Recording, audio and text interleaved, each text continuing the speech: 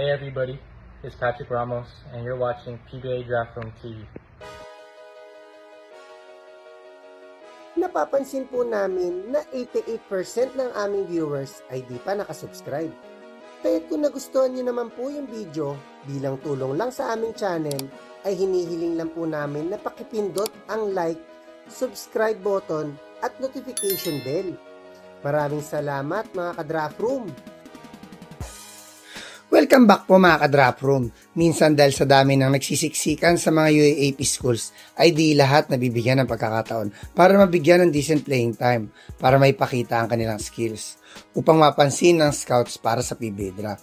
Kaya't naisipan na lang ng iba na lumipat sa NCAA from UAAP na minsan ay maganda naman ang kinalalabasan dahil tumataas ang draft stock nila compare before. Gaya nga nila Brent Paraiso, Lipor Dopi at Kate Flores na hanggang ngayon ay namamayagpag sa PBA.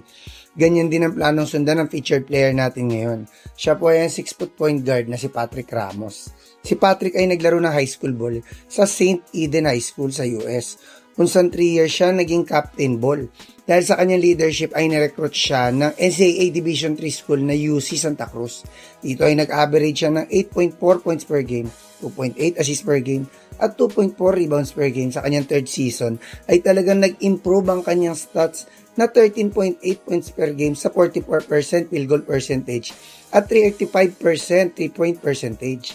After nito ay naisipan na niya maglaro sa Pinas at nag-transfer nga sa NU Bulldogs. Una siyang sinubukan ng Bulldogs sa UAAP 3x3. After nito ay pinaglaro naman siya sa preseason league na PhilOil kung saan di siya masyado nagamit dahil sa lalim ng point guard rotation ito. Nag-transfer si Patrick sa JRU. Dito siya nabigyan ng break dahil sa ilang breakout games laban sa mga championship contenders.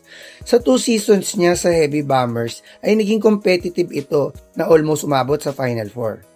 Ang laro ni Patrick ay may similarities kay Peter Alfaro, 12-point guard na may reliable outside shooting. May shades din siya ng pagka-Chris Rosales dahil sa kanyang solid playmaking skills. Currently ay naglalaro siya sa MPBL para sa team ng Muntinlupa, kung saan mas nag-improve ang kanyang scoring na lalong nagpataas ng kanyang confidence.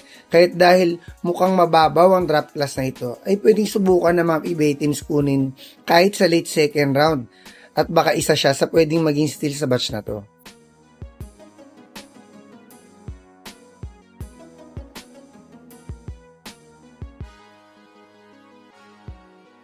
Hanggang sa susunod na lang mga ka-Draft Room.